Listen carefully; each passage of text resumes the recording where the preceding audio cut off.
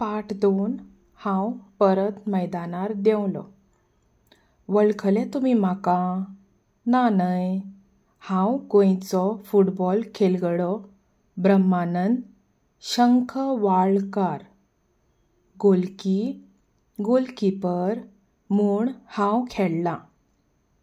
राष्ट्रीय पांवड्याचेर गोंयचे तशेंच अंतरराष्ट्रीय पांवड्याचेर भारताचें प्रतिनिधित्व करपाची संद वा म्हणुया भाग्य म्हाका लाबलां. ह्या संदीक लागून गोंयांतल्या म्हज्या सारक्या साद्या-सुद्या भुरग्यांक केन्ना चिंतून ना अशी प्रसिद्धी वा नामना मेळूंक पावल्या. तरेतरेचे याद उरपा सारके अणभवय हांव जोडूंक पावलां. आयज हांव तुमकां असोच म्हजे यादींतलो एक अणभव सांगतां. 1981 वर्साची गजाल. बिहार राज्यांतल्या पाटणा हांगाच्या मैदानाचेर आमची प्रदर्शन मॅच आशिल्ली. इंडिया ब्लू आनी इंडिया पिंक अशे 2 पंगड केल्ले. हांव इंडिया पिंक पंगडाचो गोलकी आशिल्लो. ह्या मॅचींतल्यान भारताचो पंगड एशियन गेमी खातीर वेंचपाचो आशिल्लो. सगळे गडे आपले बरें प्रदर्शन करपाच्या हेतान खेळा मळार देंविल्ले. खेळ बरो रंगार आयिल्लो. खेळगडे सामके जीव तोडून खेळटाले. मुखा वयले फळयेंत खेळपी खेळगडे गोल मारपाचो यत्न करताले. तांचे विरुध्द खेळपी पंगडांतले गडे तांकां आडोवपाचो हर तरेन आटोपिटो करताले. अशा वेळार गोलकीचेर भोव दबाव आसता. ह्या गेमींतय अशेंच आशिल्लें. गोल आडावपा पासत हांव जीव ओतून कीपिंग करतालों.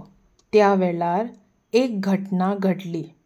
अचकीत इंडिया ब्लू टीमीचो खेळगडो रोझारियो आंताव गोल मारपाक नेटान मुखार आयलो. तसो हांव अदिकूच सादूर जालो. तो बॉल खेळयत गोला कडेन सामको लागीं पावलो. त्या बरोबर हांवय नेटान गोल आडावपाक मुखार सरलो. तो खीण अट्टीतट्टीचो आशिल्लो. आमी दोगूय एकाग्र बॉलाचेर. हेर कसलेंच भान नाशिल्लें आमकां. अचकीत तो धडधाकट खेळगडो म्हज्या दाव्या हाताक जोरान आपटलो आनी हांव तितल्याच नेटान जमनीर शेवटलो. म्हजो हात जबर दुखाविल्लो.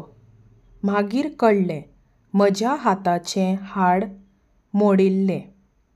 उपचारा खातीर म्हाका पटना शारांतल्या हॉस्पिटलांत घेवन गेले. थंय पळयल्यार सगळे दोतोर संपार. ताकतीक आसून लेगीत पेशंटांक तपासपाक ते फुडें येनाशिल्ले. टीम मॅनेजराचेर आकांत आयलो. हे वेळार डॉ. पी. सिंग हांणी फोन करून सांगलें, खेळगड्याक म्हज्या घरा व्हरपाची तजवीज करात.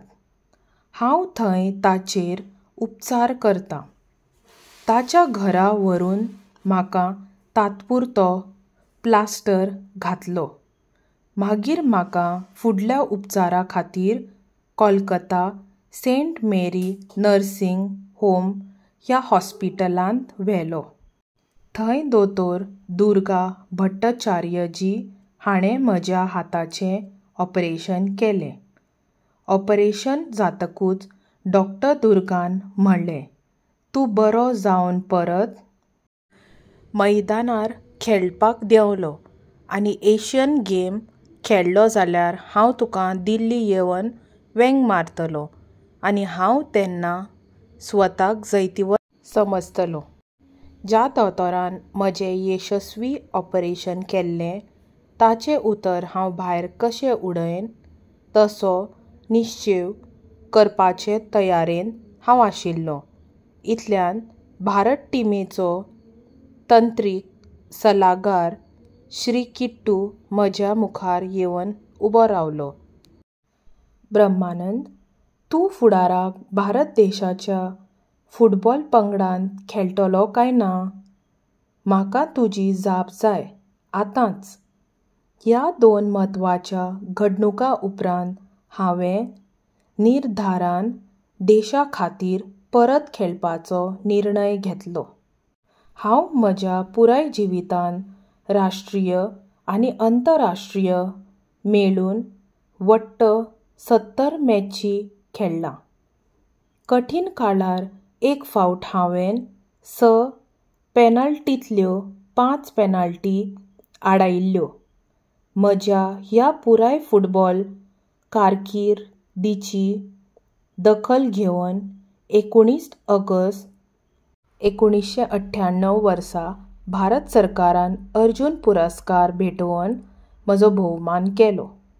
भारताचे आदले राष्ट्रपती के.आर. नारायणन हाचे हस्तुकीं जाल्लो म्हजो भोवमान हो गोंयच्या समेस्त फुटबॉल खेळगड्यांचो भोवमान अशें हांव समजतां.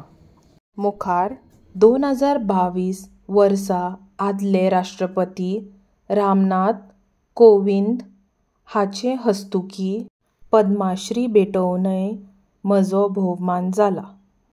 हांव केन्नाय चिंत्तां जर केन्ना हांवें जिवाभिरांतेन फुटबॉल खेळपाचें सोडिल्लें जाल्यार आज हांव खंय आसपाचो काय सांगप कठीण.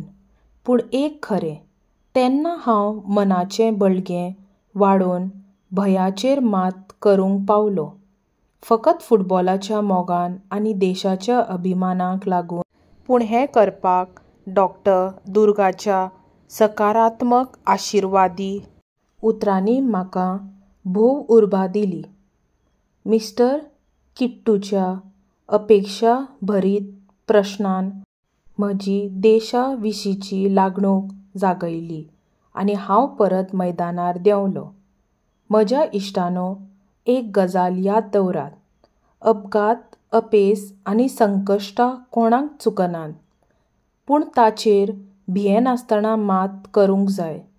देखून तुमचें मनोबळ वाडयात आनी मुखार आशिल्ले कठीण परिस्थितीक धीरान तोंड दियात. मनांतल्यान खचूंक वचूंक नाकात. दुखांतल्यान भायर सरात. नेमान काम करीत रावात. फळाची आस केन्नाच धरूं नाकात. तुमकां जैत मेळटलेंच. विवा फुटबॉल. जय भारत.